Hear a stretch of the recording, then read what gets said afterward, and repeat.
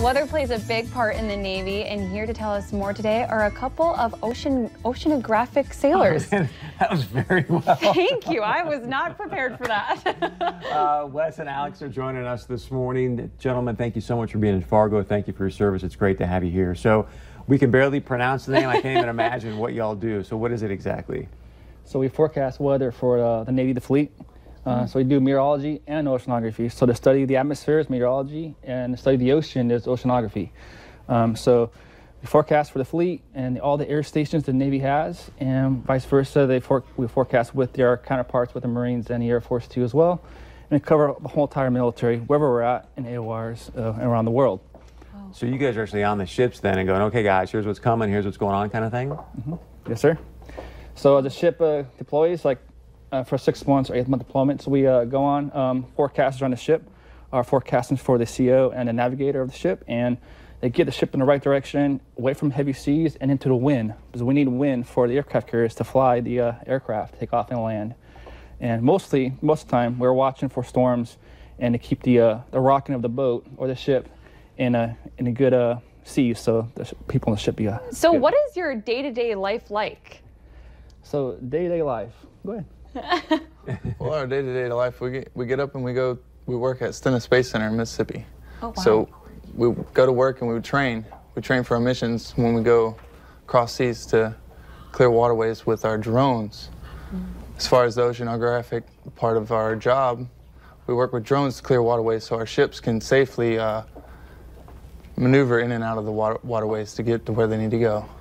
Wow. So basically clearing mines.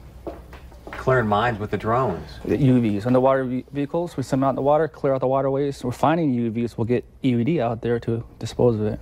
So how does it do that? Does it show, like, send off some kind of... So side scan sonar, it takes a picture of the ocean floor, and then we have the knowledge to call mines on that visual that we get data from. What kind of education does this take? Because that's a lot of math and science, I feel like. So, yes. So this whole time being in Fargo, I've been promoting math and science to all the kids that we see here, because in today's technology is advancing much quicker than we thought, and it's going to continue to advance much quicker than we thought. And math and science plays a big role into the job future of the young kids these days, and for us too as well. So a lot of math and science into our job. Of course, your local meteorologist will tell you that. So I want to know right now, where in the world do you have the highest density of, what do you call them, IEDs or IUDs, since they're on the water? Where's the highest density right now? 2 areas in the world that were 2 choke points, we like to call them, the Bab el Straits in the Red Sea by Somalia and Yemen, and then the Strait of Hormuz by Oman and Iran. They are getting... Those are 2 places we gotta make sure their mines are cleared, because we got a lot of commerce and trade going through there, and oil too as well. So you just blow them up in the ocean and then... We find them and we neutralize them. That is incredible. So Wow. EUD would neutralize them.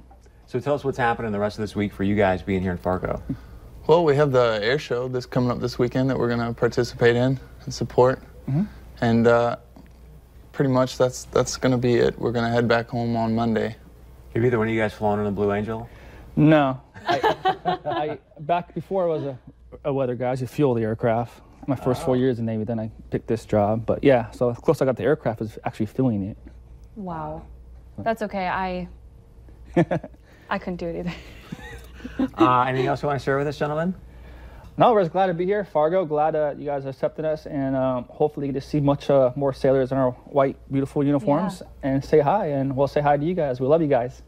We appreciate you guys being Thank here. you guys again. so much. We thank you for your support. Thanks you. for the service. All right,